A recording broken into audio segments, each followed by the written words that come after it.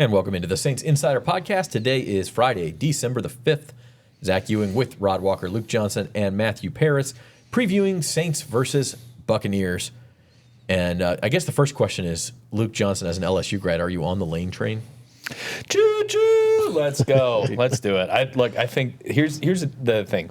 I didn't realize this was going to fire you up so much. I was like so convinced that Brian Kelly was going to succeed because like they've just had like these guys who've been just kind of wacky in the job and like do a lot of stuff that are just like that guy is the head coach, kind of a weirdo. Ed O and Les Miles. Like you get an adult in the room, even an adult who's had some less savory parts of his history, and you're like, okay, they're probably just gonna be great. And I think what I learned through that process is you need somebody who's just like completely out of pocket sometimes to succeed in that job. It's like Austin, keep LSU weird. Yeah, kind of. Yeah. So I'm all aboard. I'm all aboard the Lane train.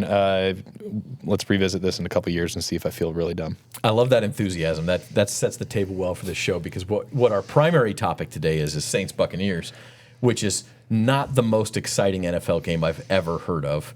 Rod, it's a rematch of a game 5 weeks ago, the game that Tyler Shough initially relieved Spencer Rattler in the third quarter. It's a big game for the Bucs. For the Saints, it's just kind of another game.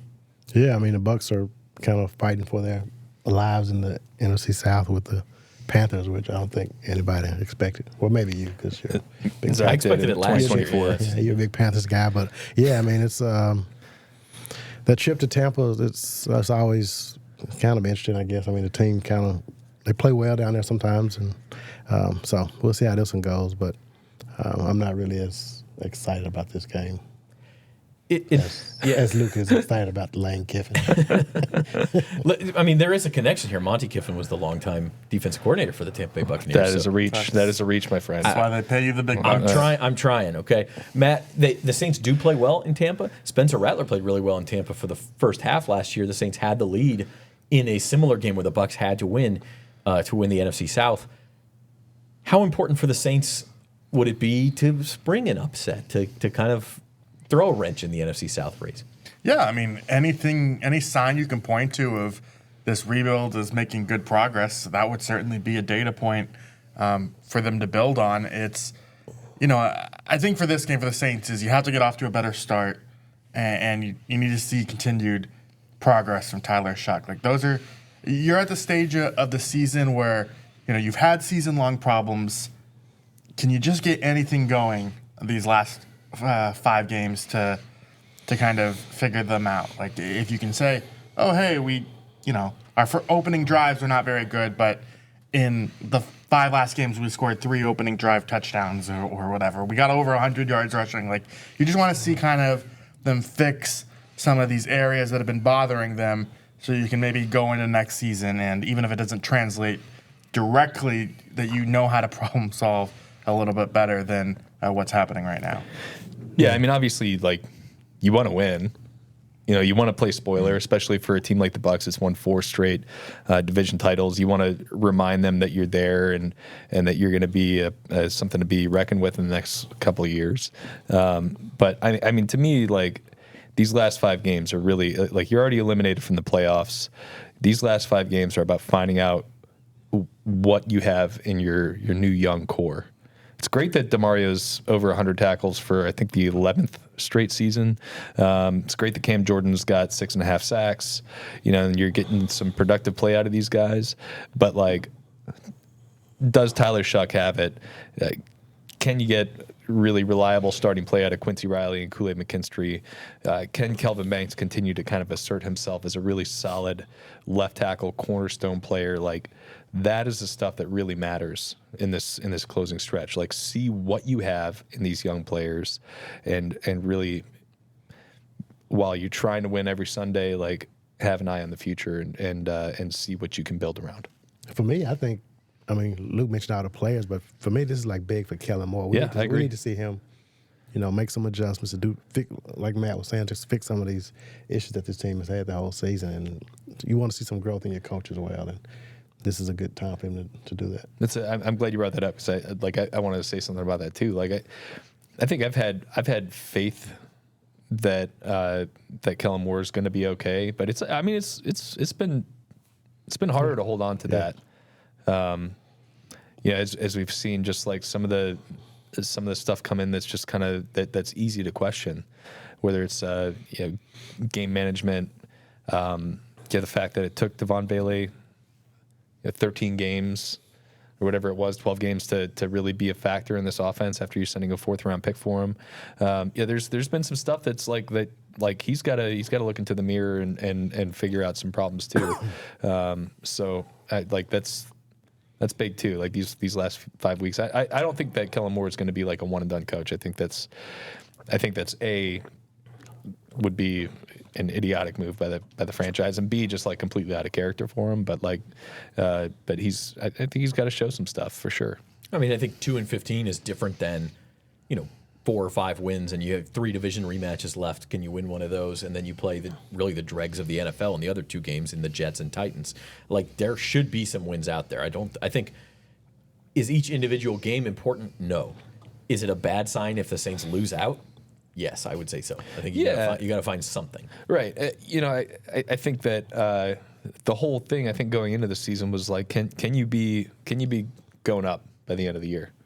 When you're bring all these young guys into it, you got a first year head coach, young staff. Like, can you get the team going in the right direction by the end of the year to where you're feeling good about 2026?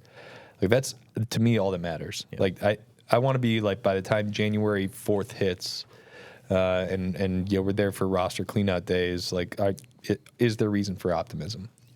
So the game is at noon on Sunday. It is on CBS. Does anybody actually have to look for the channel anymore? It's just like there. You just click on it. But it is on CBS, not Fox. I put that up there. Ask the people who are putting our newspaper together every day, who are answering the questions from people saying what channel is the game on? You have it wrong, and phone calls. All hell breaks loose. So the game is on CBS. The betting line is Tampa Bay minus 8.5. It's the biggest spread in the NFL this week. Over under a 41.5. And it looks like a mismatch on paper, so we're going to break it down. We're going to talk about some of the matchups and give our picks. First one to let you know, Saints Insider is sponsored by Bank Plus. From small business to big business, home loans to bank anywhere technology, Bank Plus is here for New Orleans. New deposit customers can reach out today to learn about incredible rate specials. Learn more at bankplus.net. Member FDIC, equal housing lender. Saints have some injuries. We're recording Friday morning. Haven't gotten the final injury report yet, but a lot of kind of big names, man. Alvin Kamara has missed both practices so far this week. Chris Olave missed one and then came back. And then kind of notably on the safety side of things, Justin Reed looks like he's going to be out. And then Jonas Sanker popped up on yesterday's injury report. Yeah, the big question before we're recording this is whether he has a concussion or is in concussion protocol.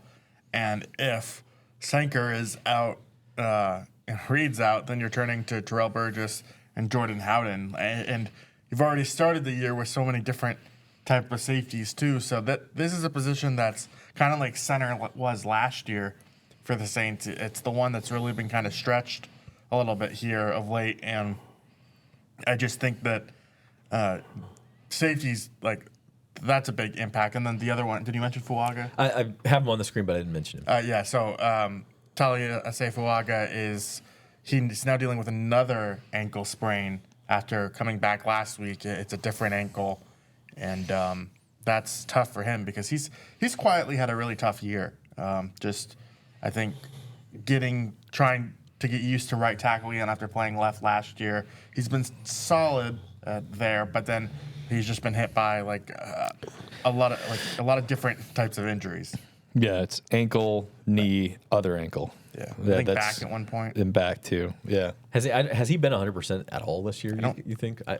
Probably not. I mean, the first injury came back for him pretty quickly. Second injury, but he missed 2 games. And obviously this happened at some point in that last game. I don't know. And Sanker actually practiced Wednesday, right? Wednesday. Yeah, it was during yesterday's practice that he went out with what they're calling a head injury. Kellen Moore wouldn't say if that. But means Kellen Moore concussion. didn't talk yesterday. Oh, he didn't talk. I'm sorry. Yeah. It was Brandon Staley who's deferred to Kellen Moore. Yep. Is what happened. Do we think Olave looks like he'll probably go? He's back in practice. Any of those other guys you think will go this week? I don't know. I think I'm gonna keep an open mind on Fuaga. We've seen him miss practices at various times this year and still come out and play. We'll see what happens at today's practice. I think we don't know what happened to Sanker. If it wasn't a concussion, I think there's a chance that he goes out there and plays. I think the two I'm feeling least confident about are Alvin and Justin Reed. Although Justin Reed's not going on IR, so I guess there's a chance he comes back before the end of the year then. One thing this team hasn't dealt a ton with, Rod, is injuries. I mean, they've had a couple of season enders at the beginning of the year, but it is starting to build now, and I think we talked about this in the summer, like the depth is just a concern, and what was already a questionable roster now, you're kind of digging deep into it. Yeah, I mean, it's decimated the offensive line. They had a trade in there too. And now we're dealing with the safeties. So, yeah, they're going to have to try to figure out a way to get through it. And that's the thing this team needs. They're going to have to build some depth, and we've talked about the offseason and all the different holes this team has. So they're going to have to address that in the offseason. All right, we are going to take a break. When we come back, we will break down Saints versus Buccaneers, talk about the Saints offense, the Saints defense, and what to watch for in Tampa right after this. Did they ask you to do the commercial too? Yeah, but they just gave me one line. Bet like a Caesar. Like, we're going to sit here and we're going to tell them how Caesar's Sportsbook is just so easy to use that you can watch and bet thousands of sports events, even some NFL games. They'll probably show us betting on our favourite players and teams at all the Vegas hotspots too. Like, we have time for that montage. I told him I couldn't do it. They couldn't afford me. Ooh, I see at least 3 of them in there. 3 what? Possums, big rats, I don't know. Clarify big. You're gonna have to gut it. How much is that gonna cost? Maybe I should just move. Maybe. Is that your van? Hi, strawberry mango. Here you go. Thank you. I'll take another one. Welcome back to the Saints Insider Podcast. Zach Ewing hanging out with Rod Walker, Luke Johnson, and Matthew Paris. Subscribe to the Saints Insider Podcast on YouTube, Spotify, Apple Podcasts, wherever you may want to find us. The best place is YouTube. You can leave comments. We have our little score prediction contest going on. We had some good submissions for that, which we'll get to when we get to predictions. But let's break down Saints-Bucs. We will start when the Saints have the ball. And Matt, you said this up top, like this is really the Tyler Shough audition. That's what this has been. That's what this will continue to be. I think his first half against the Bucs, it was the second half. It was the first half he played. He didn't look real good. I mean, he was kind of thrown into a bad situation. They were behind big in that game. I think he threw 30 passes in like 22 minutes of game action or something. I don't know how much you read into that, but this is kind of a second chance for him. Yeah, I don't necessarily read that much into it. We've seen him since then really push the ball down the field. The first outing was a lot, like the yards per attempt, I think, was what, the 4 range? Yeah, it was like 4.8 or something like that, 4.6. You know, it was just Tampa was very much playing here, take the underneath stuff, and Shough was doing that, but it wasn't really pushing the defense. You saw in Miami last week the complete opposite of that in the second half, where he was really pushing the ball down the field. And I think the thing I'm watching with Shough this week is, can he reduce some of those turnovers? Can he play a clean game? Because we've talked about the strides he's made on the show before, the progress in the pocket, extending plays. I think the next step for him now is to kind of just cut down on some of the turnovers that have bugged him of late. You know, the interceptions. He had officially 1 last week, but really 2. The fumble on the missed blitz pickup where Devon Bailey got smoked. It's just, can you hold on to the ball a little bit better? Because going back to the first Tampa game, that's what lost Spencer Rattler his job. So I don't think Tyler Shough is in danger of losing his job. I just think that's the clear next hurdle for him to get better at. I have a tweet here from an ex-post from a gentleman named Luke Johnson. Oh, hi. Who happens to be sitting on the stage with me here. And this is interesting to me because I think Tyler Shough has done this rather quietly. Like, people around the league aren't realizing how well he is playing among rookies. But this is his since week 8, since he took over. And this is really among 4 rookies. Well, actually, Four or it's 5 because J.J. McCarthy is considered a rookie. It's the first year of his career. Okay, so among 5 rookies, J.J. McCarthy, Jackson Dart, Cam Ward, Tyler Shough, and Shedeur Sanders of the Browns. And this is really since Tyler's been So playing. since week 8, Gabriel brought a very small sample. Right. This is Tyler Shuck's ranks in various statistical categories. He is second among rookies in QB rating, second in completion percentage, first in passing yards per game. He is last in TD percentage, third in interception percentage, but first in success rate.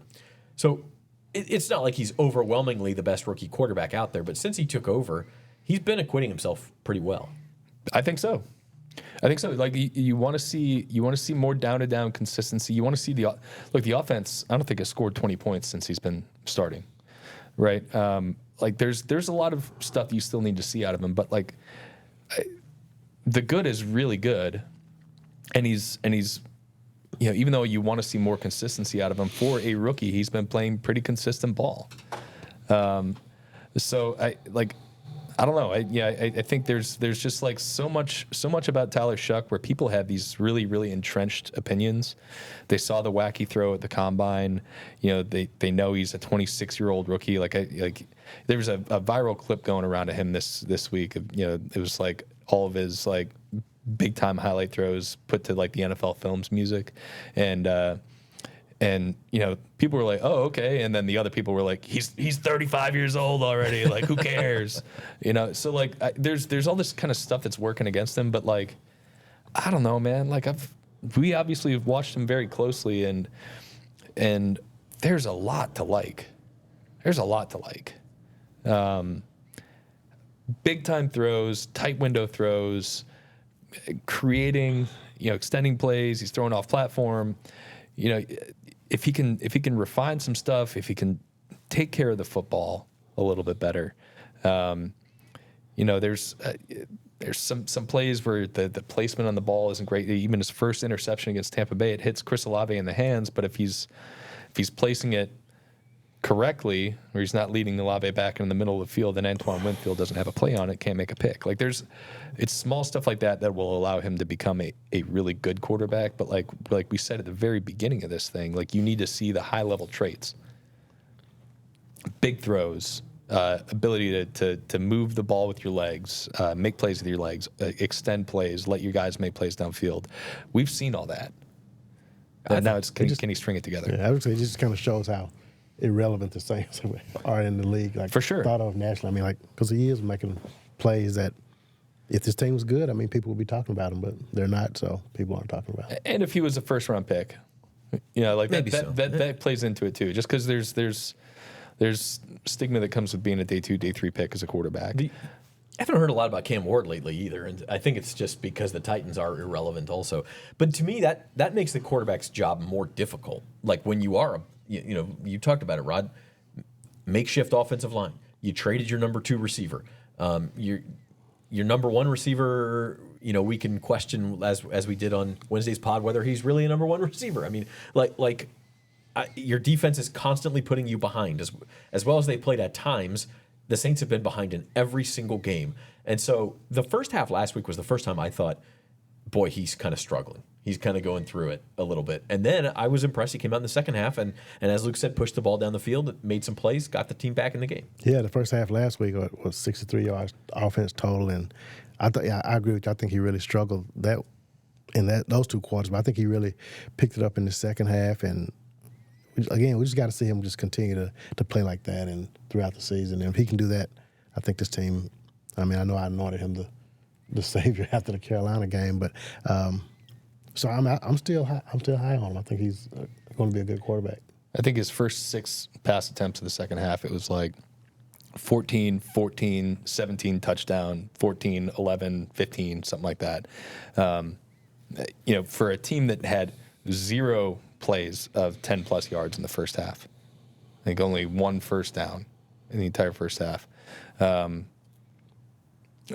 To get 6 right off the bat in the second half. I mean, you can see it's there. You can see it's there. You just gotta be a little bit more consistent with it. You gotta be able to score 20 points in this league to win. And if the if the reins have been loosed on him a little bit, and I don't know exactly if that's what happened in the second half on Sunday, but this would be a good week to do that, Matt. The Bucs, very good run defense. We talk every week about how the Saints need to establish the run. That's going to be difficult this week, especially if you're missing offensive linemen or you're missing Alvin Kamara.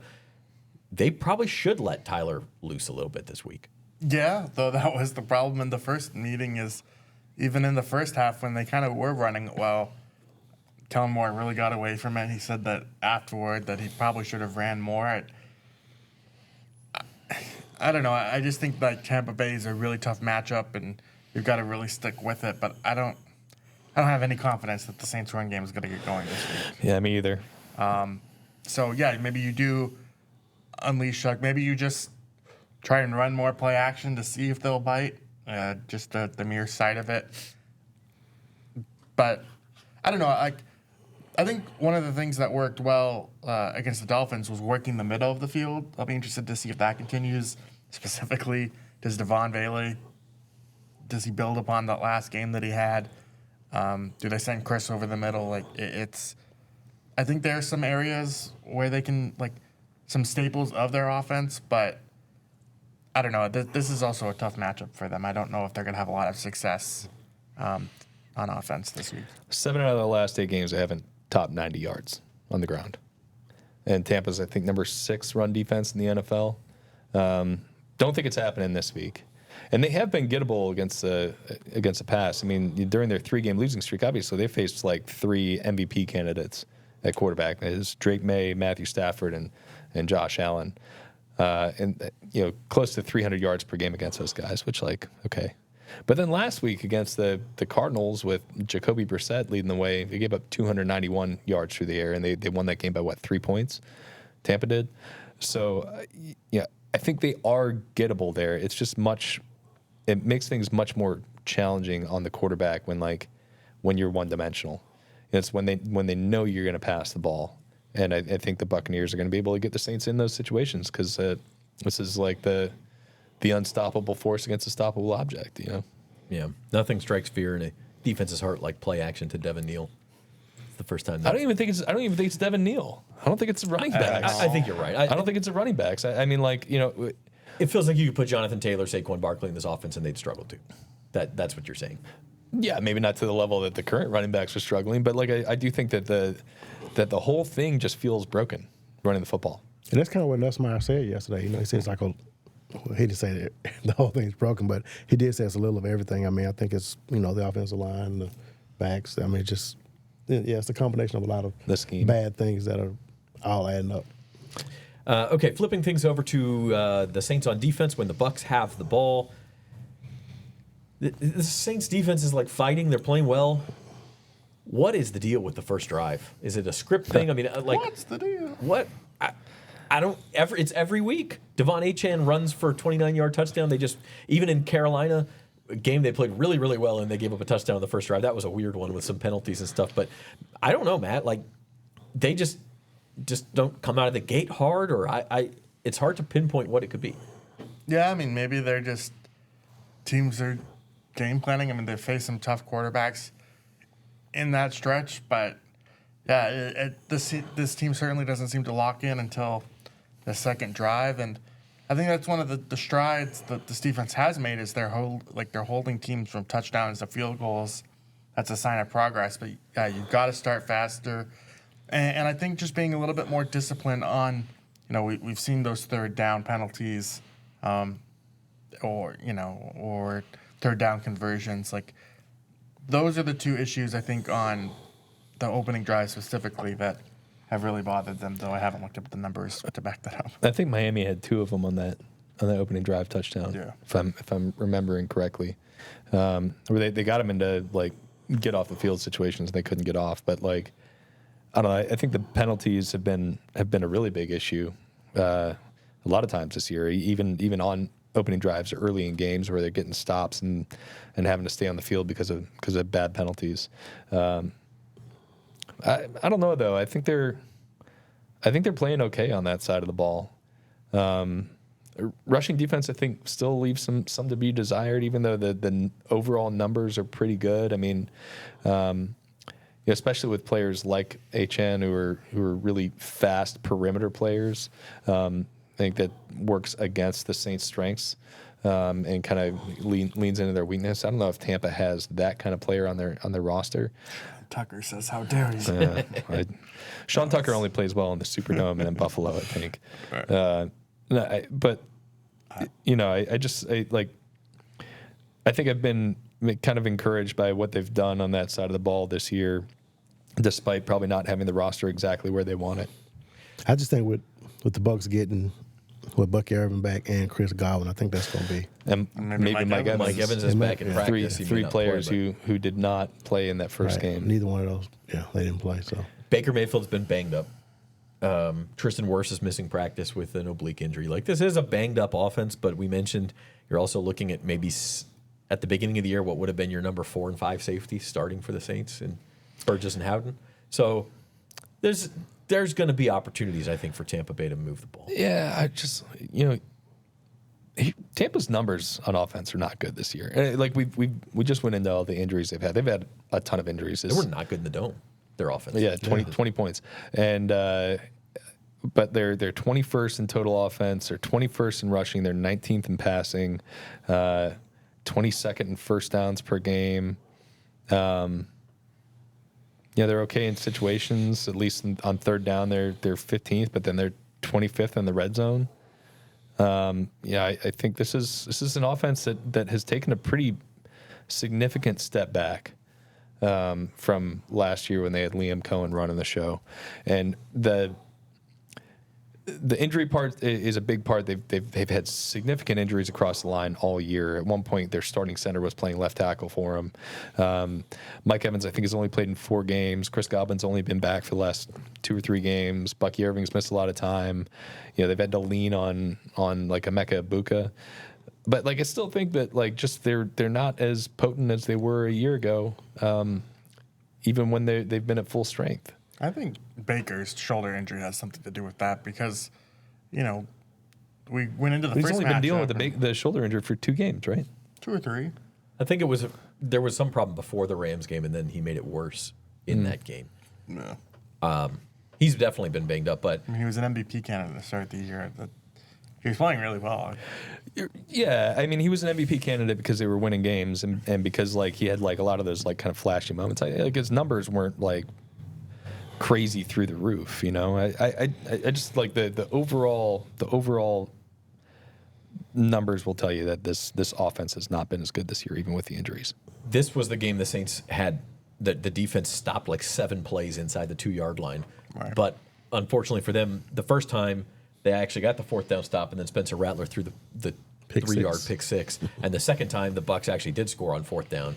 So it didn't actually help them, but the Saints, I think, match up okay here. So we'll see what happens with the Bucs getting some players returning from injury. Turn to special teams.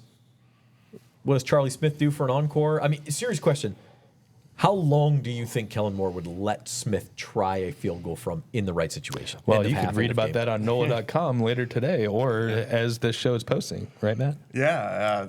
Phil Galliano in his press conference yesterday said that if they had gotten to the 50, that would have been the range for a game winner. 68 yards. For a game winner or like end of half situation. Right. Not something you would normally give up that field position for or risk it, but if you have to at the end of a game, he could. I mean, we're talking. What's the NFL record now? 70. Okay. Well, 70 was the preseason game. No, I think he came back and did did Cam it, Little also make the same? I thought it was 68.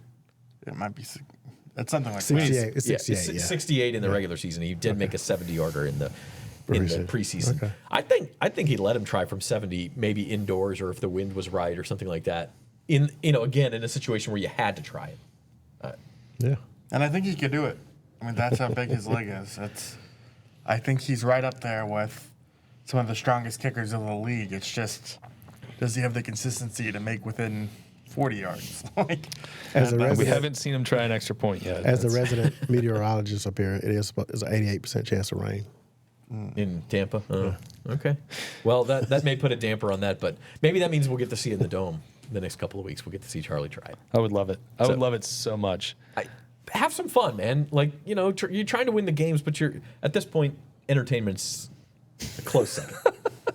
close second. It's a close, in my eyes, it is anyway.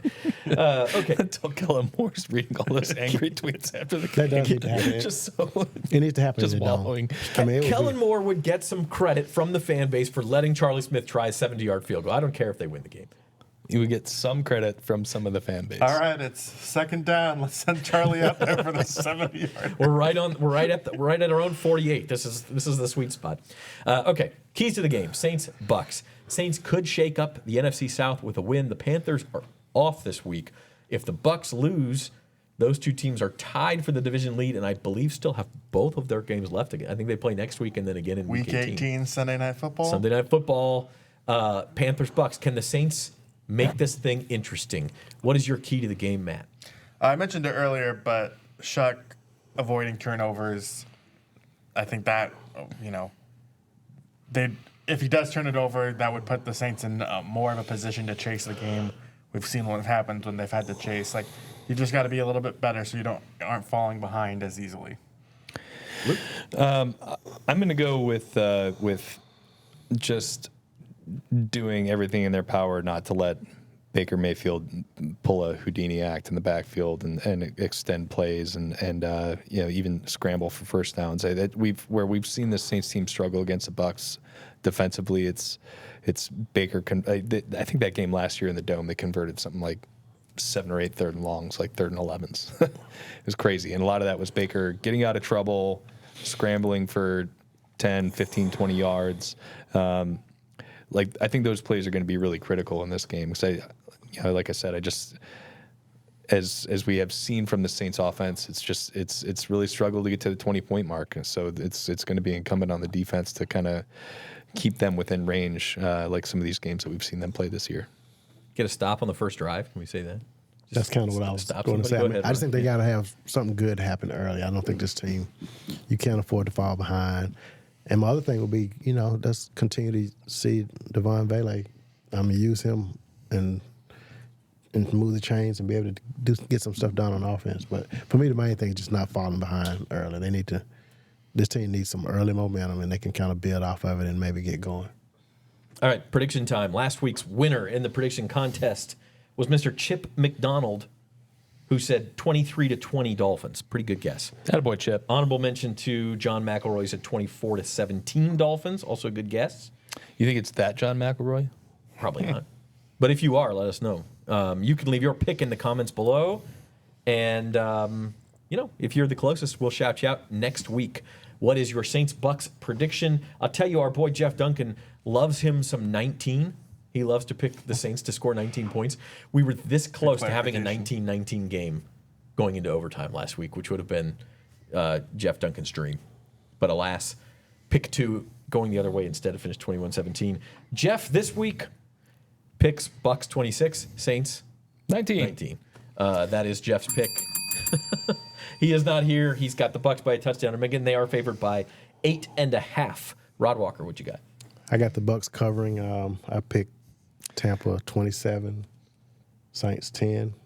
But maybe that's a long field goal in there for Charlie Smith. But 27-10. Bucs, I think Some people in Ireland are like, yeah, all the Saints fans. Chris Godwin back and Bucky Irvin back. I just think they're going and with the threat of Carolina like easing up on them, I think the Bucs are going to really be locked in for this game. So if you were really thinking next level, you would have gone 9 points and said Charlie Smith makes a 68-yard field goal but misses an extra point. That would have been. And that's probably more realistic. It's okay. Right? I am going to go very similar to Jeff. I have Bucs 26, Saints 20. I think they get to that magical 20-point mark. I think Tyler Shough is playing better, and I think he will play better in December. I think there's legitimate hope for him to be the answer going forward. I think we see some of that. But yeah, ultimately, is Tampa Bay a team that's won the division 4 years in a row going to let this be the week they slip up? Maybe they look ahead to the Carolina game. I don't know. I just don't think that the Saints ultimately can pull this off in crunch time. Luke? Yeah, I think at some point this year, Shough is going to put it together and have a really, really great start to finish game, looking even better in the Carolina game where they're actually scoring a bunch of points. I just have a hard time predicting it this week because I do think that the Bucs are going to be able to make the Saints one-dimensional. So it feels like it's going to be a very similar game to what we've seen a number of times this year. I've got Bucs 21, Saints 13, I believe. So Saints cover by half a point. All right. Matt? I've got 24-17.